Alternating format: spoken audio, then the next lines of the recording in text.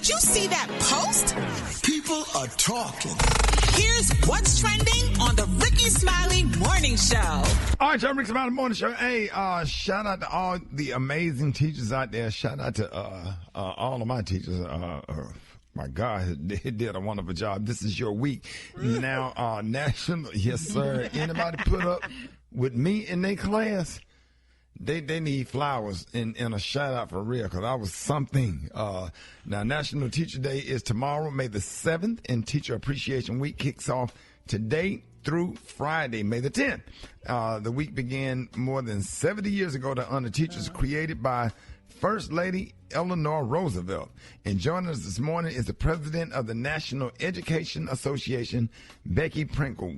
Becky Pringle, good morning. Good morning, Rickey. How are you today? Hey, thank you so much for joining us. We are so happy to have you, and we just want you to know that we appreciate you. And one of the things I want to ask, so what are good ways people can celebrate teachers this week? So let me begin by saying what you're doing this morning, creating the space to lift up the fact that this is our week. And Rickey, every week should be our week. We should be spending time making sure that teachers know and feel that sense of deep respect and admiration and fierce support. That's what they deserve. And it absolutely is what they need to do the jobs they love. Yeah, well, we really appreciate you and every educator out there. You know, as a mom of 4, I know how much work goes into caring for our babies, and we know that our teachers deserve more. What are your plans and thoughts on how to fight for more benefits and competitive pay for teachers? The NEA just released a report. We call it Rankings and Estimates, and we talk not only about our teachers, but our support professionals, our bus drivers and school secretaries and custodians, as well as our higher ed faculty. And the good news is that we've been fighting hard over these last couple of years to raise salaries, and they have risen over this last year.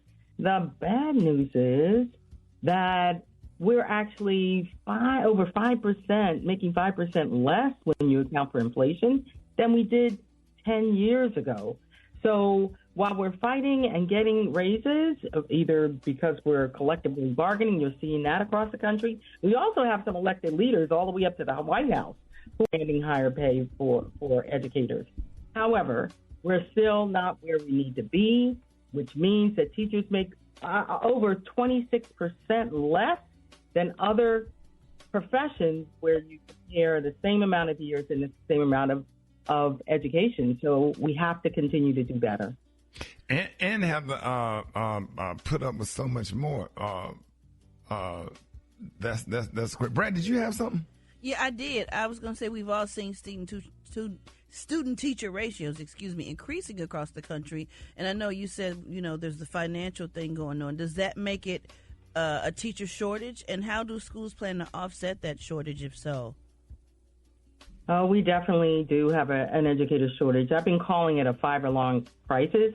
It's chronic. It's not that it's new, but the pandemic, of course, made that worse, like it made everything else worse. And of course, we know that the impact on our teachers of color is even greater. So we are not recruiting the number of black teachers we need, and we're losing our black teachers at a higher rate. So we know that as we listen to them and they tell us why, of course they talk about the salaries we just mentioned, but they also talk about their students. They're not getting the resources they need to have those lower class sizes, to give them the one-on-one attention, especially in our schools from our most marginalized communities.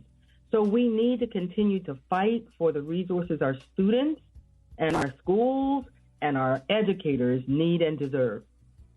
And over the past weeks, we have seen more stories of students schools finding guns on campuses, and it's just become so dangerous now. So what steps are being taken to prevent guns in schools?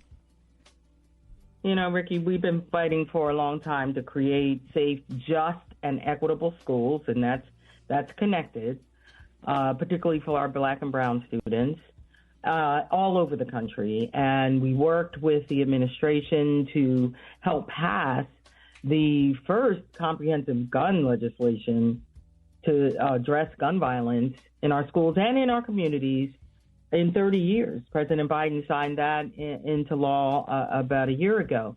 But we know that's not enough. We saw President Biden also just in the last couple of weeks work through executive order to tighten up those background checks.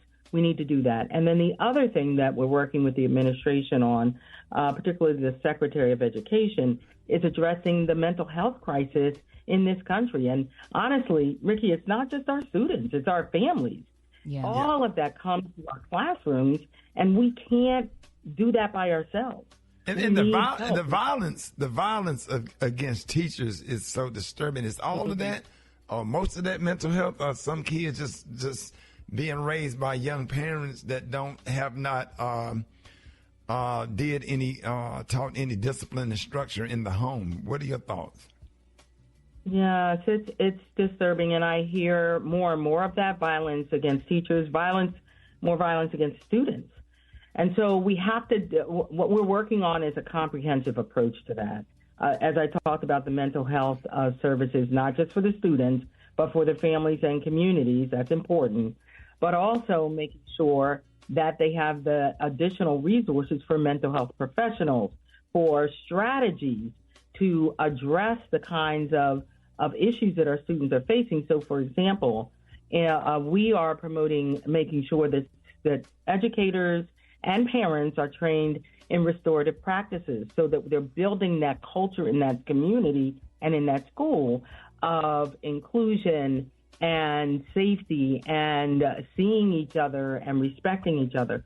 All of those things come together to make a safe school. So, Ms. Pringle, thank you so much for joining us this morning. Let everybody know how they can follow you. They can follow me at Becky Pringle, and I would invite everyone to go to NEA.org/thankateacher so you can share your stories with us and we can share them with others. You can get more information and you can take action around the things that we just talked about, Rickey, demanding more resources for students, schools, and educators. All right, y'all. I want y'all to give it up for the president of the National Education Association, Becky Pringle. It's Rickey Smiley Morning Show.